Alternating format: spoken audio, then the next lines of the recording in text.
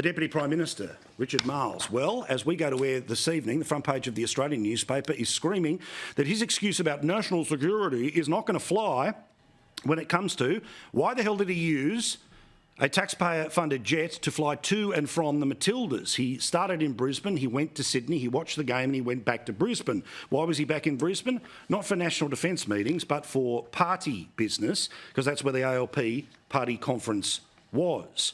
Pay close attention to this, it's really going to matter. Now, as we say as well, news.com.au has been leading the way when it comes to their reporting here about the $16,000 worth of flight to watch the Matildas. Remember, $5,000 in the chopper. There was the national disgrace. Bronwyn will be here a little later to talk about the one rule for socialists and one rule for everyone else. As news.com.au, again, has been excellently reporting this week, Marles has been booking military planes to drop him off closer to home. You see, he lives near Geelong, and Avalon Airport is closer to Geelong than Tullamarine. So despite the fact that there are commercial flights that go from Melbourne to everywhere in the country, and it doesn't have the same curfews as Sydney, unless he's flying to Sydney, he'd be able to almost catch a flight at any time of day or night. But because he doesn't want to sit in the limousine for that extra hour to travel back, well, he just gets you to pay for the flight. And then when you ask about it, it's apparently national security. Well, Ray Hadley noticed that there's something that stinks about this, and good on him for blasting away this morning on 2GB. Using RAF jets like it's Uber. The Deputy Prime Minister, Richard Marles, is booking military planes to pick him up and drop him off at Avalon Airport, closer to home in Geelong, and saving him a 1-hour chauffeur-driven drive from the other airport, from Tullamarine. The flights are contributing to a staggering $3.6 million bill for his VIP private planes since last year.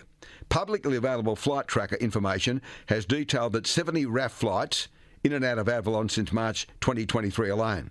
Mr Marles, who has the power to book the flight for himself and other Defence Minister, won't publicly confirm whether some of the flights are his own bookings or new security advice. Well, it's very simple. I mean, he's in the back of the limo anyway, but he doesn't like having a bit of a snooze on the way from Tullamarine out to Geelong, so he lands at Avalon, and it's costing us a stack of money.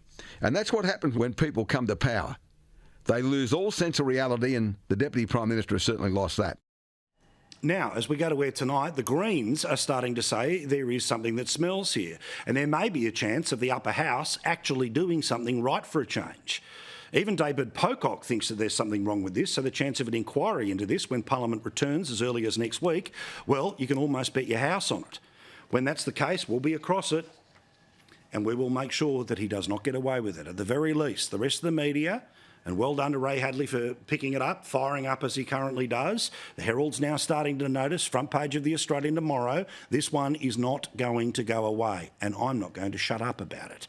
No matter how much they want to pretend there's nothing to see here and national security, national security.